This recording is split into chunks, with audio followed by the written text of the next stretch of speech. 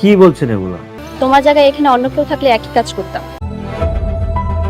গরিব ঘরের রাজপুতে চলছে টান টান উত্তেজনা। এবার বৃষ্টির সামনে আসর সতীটা ফাঁস করলো মেঘলা। এমনই একটি পর্ব দেখতে পাবে গরিব ঘর রাজপুনার দর্শকরা। বৃষ্টির সামনে অনেকের সম্বন্ধে আসর সত্যিটা ফাঁস করলো মেঘলা। চলুন তাহলে সেই পর্বে থাকছে বেশ কিছু চমক।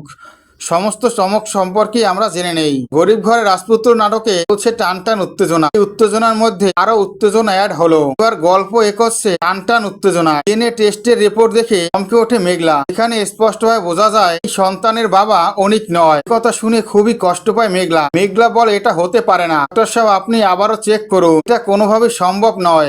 আজ পর্যন্ত কোনো ছেলে টাচও লাগায়নি, আর সেখানে তো সন্তান দূরের কথা, এই সন্তান অনিকেরই, আবারও টেস্ট করুন। কিন্তু এই কথা শুনে খুবই রেগে যায় অনিক। অনিক বলে তুমি এতটা খারাপ হবে আমি কখনো ভাবিনি। আমি ভেবেছিলাম এই সন্তানটা আমারই হবে, কিন্তু তুমি কিছু প্রমাণ করে দিলে। তুমি এখন কোন অবস্থায় পৌঁছে গেছো। যে কথা শুনে খুবই কষ্ট পায় মেঘলা। মেঘলার কিছু বলার থাকে না, সেখান থেকে চলে যায়। এরই মাঝে মেঘলা রাস্তা থেকে আসে তখনই বৃষ্টির সাথে দেখা হয়ে যায়। বৃষ্টির সাথে দেখা হলে বৃষ্টি বলে তোমার লাগেনি তো। এই কথা শুনে খুবই রেগে যায় মেঘলা। মেঘলা বৃষ্টিকে বলে কেন আমাকে ছুঁয়েছে। অন্যদিকে দেখা যায় বৃষ্টি গাড়ি থেকে নামায় অনিকও সেখানে চলে আসে। অনিক এসে বৃষ্টিকে বলে এই ধরনের মেয়ের সাথে কেন কথা বলছো, তুমি জানো এই মেয়েটা কি করেছে।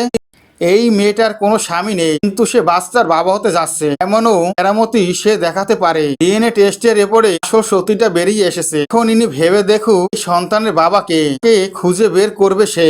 যে কথা শুনে খুবই রেগে যায় মেঘলা। মেঘলা বলে এই কাজটা আপনি করেননি তো, আপনি এই রিপোর্টটা সরিয়ে দেননি তো ডক্টরকে টাকা খাইয়ে। আমি এর আসল সত্যিটা খুঁজে বের করব। আসল সত্যিটা যখন সবার সামনে আসবে তখন তুমি বুঝতে পারবে আমি কি করতে পারি। অনিক সাহেব আজ আমি কিছু বলবো না, কারণ আজ আমার বিপক্ষে সবকিছু, যখন আমার পক্ষে আসবে তখন আমি কথা বলবো। গরিব ঘর রাজপুনার দর্শকরা এমন একটি পর্ব দেখতে পাবে। ভিডিওটি ভালো লাগলে অবশ্যই একটি লাইক করুন। গরিব ঘর রাজপুনার পরবর্তী আপডেট পাওয়ার জন্য আমার চ্যানেলটি সাবস্ক্রাইব করে বেল আইকন অন করে রেখো। ধন্যবাদ।